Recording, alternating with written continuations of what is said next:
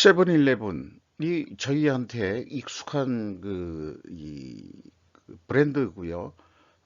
세븐일레븐의 그 상호는 코리아 세븐이 되겠습니다.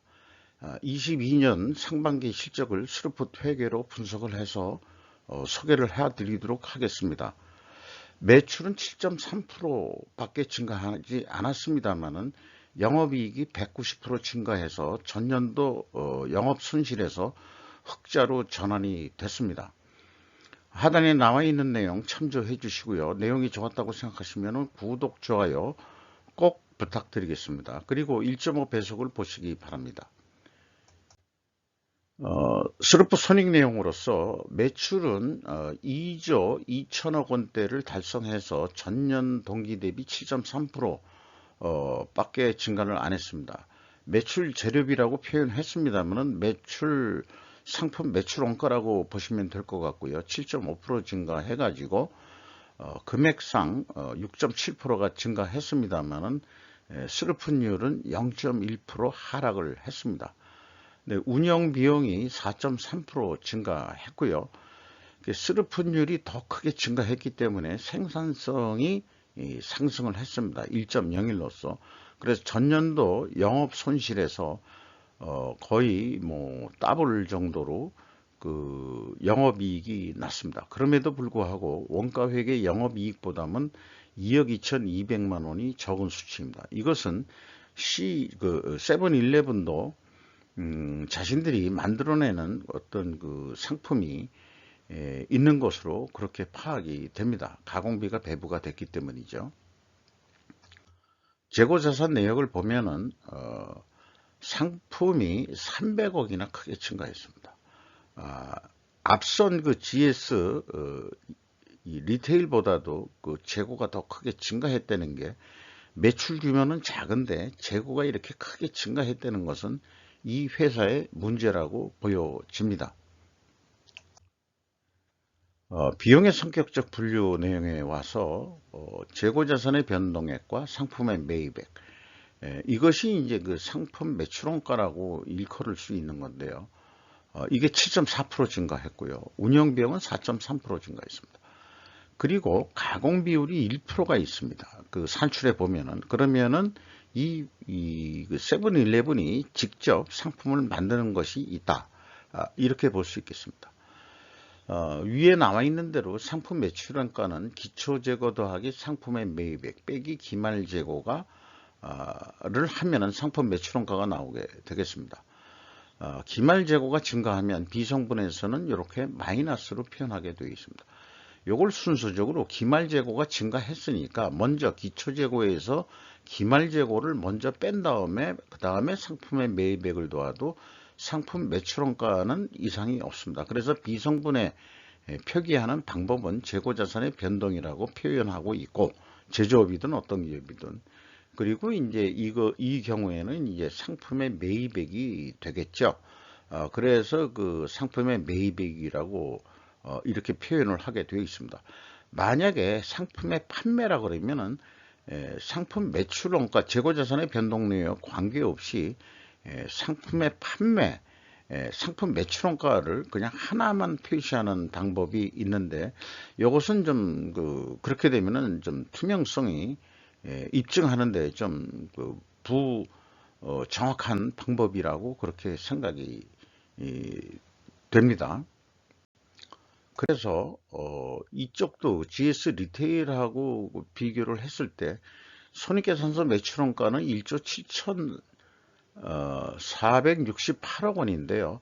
비성분 상품의 판매 그 밑에 아까 그 CSM으로 되어 있는 것은 1조 7,375억 원입니다. 그래서 그 손익계산서 매출원가가 더 그 크게 금액이 크거든요. 그래서 이것이 이제 93억 원이 차이가 있는데 영업이익의 그 규모 이상으로 이게 크거든요. 그래서 그 GS 리테일에서도 얘기했지만 이게 또 향후 연구 과제도 되겠습니다만 왜 차이가 나느냐?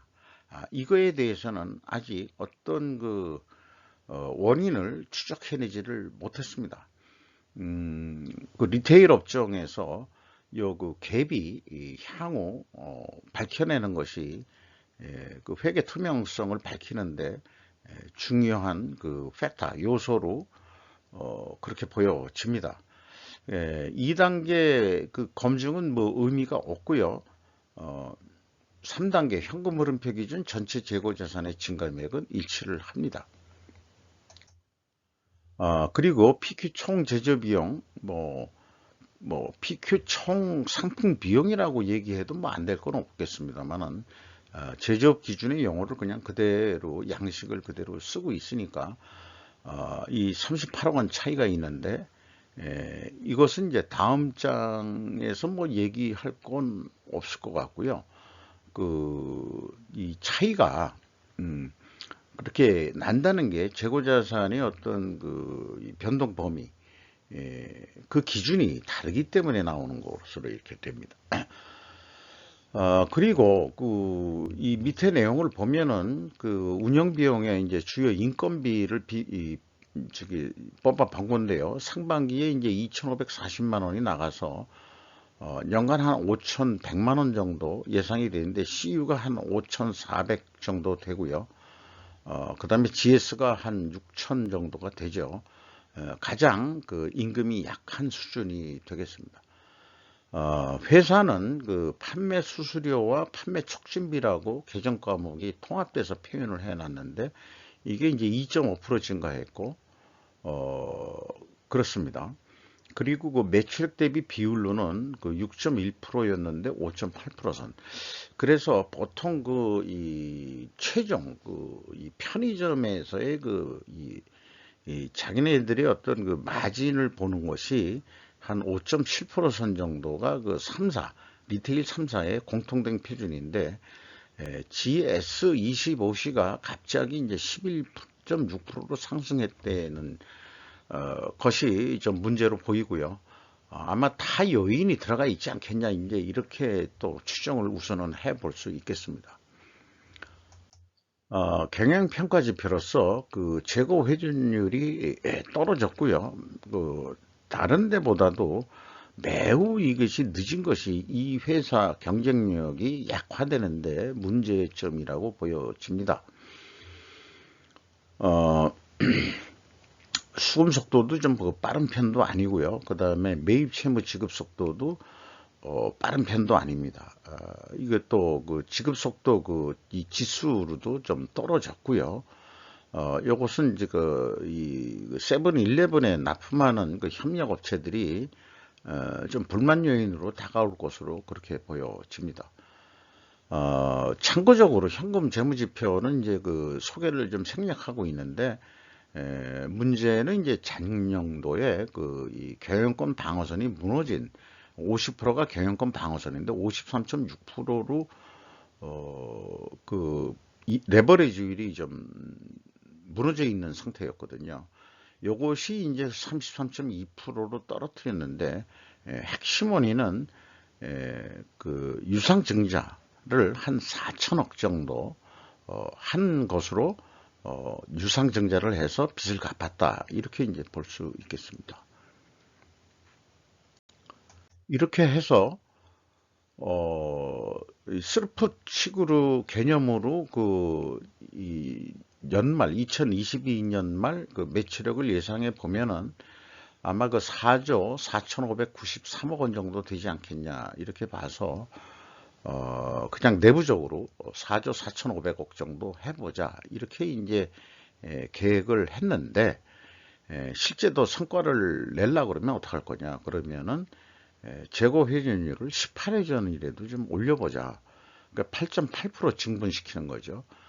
그렇게 되면은 한 5조 2천억 원대를 달성해서 영업이익은 1,559억 원, 1,560억 원 정도는 할 수 있을 것이다. 그러나 과연 이 세븐일레븐이 18회전 연간 해낼 수 있을 거냐 하는 거는 미지수입니다만은 이것은 CU한테 가서 배워야 될 사항이라고 생각은 됩니다.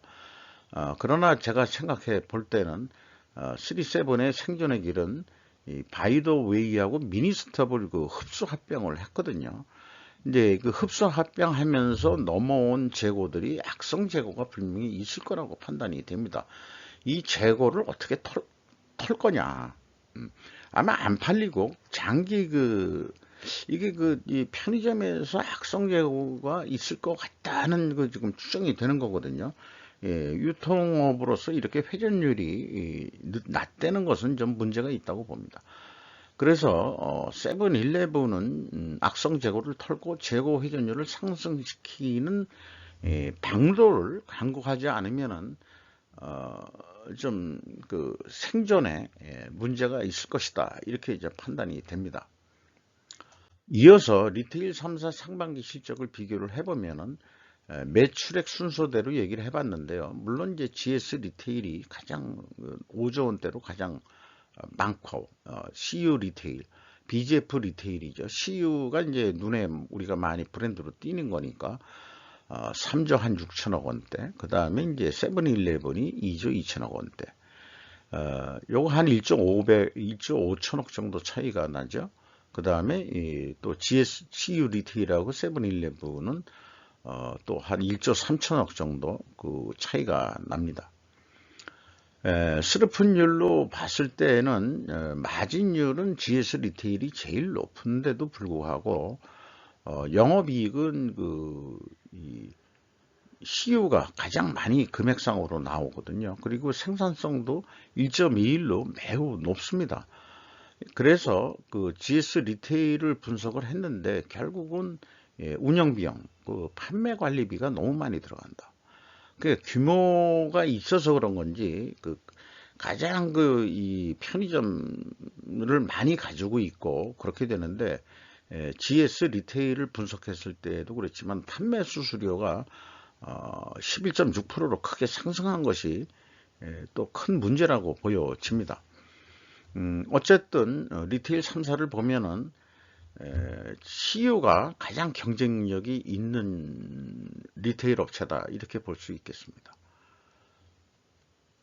임금 수준을 보더라도요, 여기 연간 평균 임금 예상을 하면은 GS 리테일이 한 1천만 원 정도 더 높은 수준이고, 그 다음에 세븐일레븐은 CU 리테일보다 한 400만 원 정도 약한 수준이 됩니다. 수수료율을 보면은 CU와 이 세븐일레븐은 유사한데, GS 리테일이 좀 문제로 보이죠. 네. 그러니까 이 영업 마진이 그렇게 안 나는 거로 이렇게 보여집니다. 왜 수수료가 많이 나가는지에 대해서 우리 외부에서는 알 방법이 없죠. 경영평가 지표도 재고 회전율로 보면은 역시 CU가 가장 높습니다. 세븐일레븐이 이게 이제 문제가 되는 거죠. 이게 세븐일레븐이 좀 전에도 말씀드렸습니다만은 악성 재고가 분명히 있을 거고, 그것을 털어내야 된다고 생각을 합니다. 수금 속도를 보더라도 이게 현격한 차이가 있는 거죠. 어떻게 이렇게 빨리 수금을 할 수 있는 방법을 하고 있는 건지, 아마 판매 제도상에 어떤 노하우가 있는 것 같은데, 그게 뭔지는 포스 시스템 이런 거로 다 하긴 하겠지만요. 다들 3사가 자관 매출 채권 잔액이 가장 낮기 때문에 이렇게 이 판매 수금 속도가 빠른 것으로 CU가 되어 있습니다. 매입 채무 지급 속도 역시 리테일이 빨리 주고 있고요. 아까 세븐일레븐 늦죠. 그렇습니다. 이상 리테일 3사 상반기 실적을 비교를 해 봤습니다. 여기 인벤토리 버퍼율을 보더라도 이 세븐일레븐이 두 자릿수 재고를 가지고 있거든요. 매출원가 대비 12%나 가지고 있는데, 다른 데 보면은 4에서 5% 정도 가지고 있지 않습니까? 그러니까 지금 세븐일레븐은 이 재고를 현격히 획기적으로 줄이지 않고서는 다른 그 리테일사와 경쟁하기가 매우 쉽지 않을 것이라고 판단됩니다. 악성 재고, 제가 생각할 때는 그 장부상에만 있는 실제 안 팔리는 재고들이 매우 많을 거라고 그렇게 판단이 됩니다. 이상 그 세븐일레븐을 그 비상장 기업인 세븐일레븐을 그 상반기 실적을 분석을 해보면서 리테일 3사까지 비교해보는 시간을 가졌습니다. 이상 마치도록 하겠습니다. 감사합니다. 내용이 좋았다고 생각하시면 구독, 좋아요 꼭 부탁드리겠습니다. 감사합니다.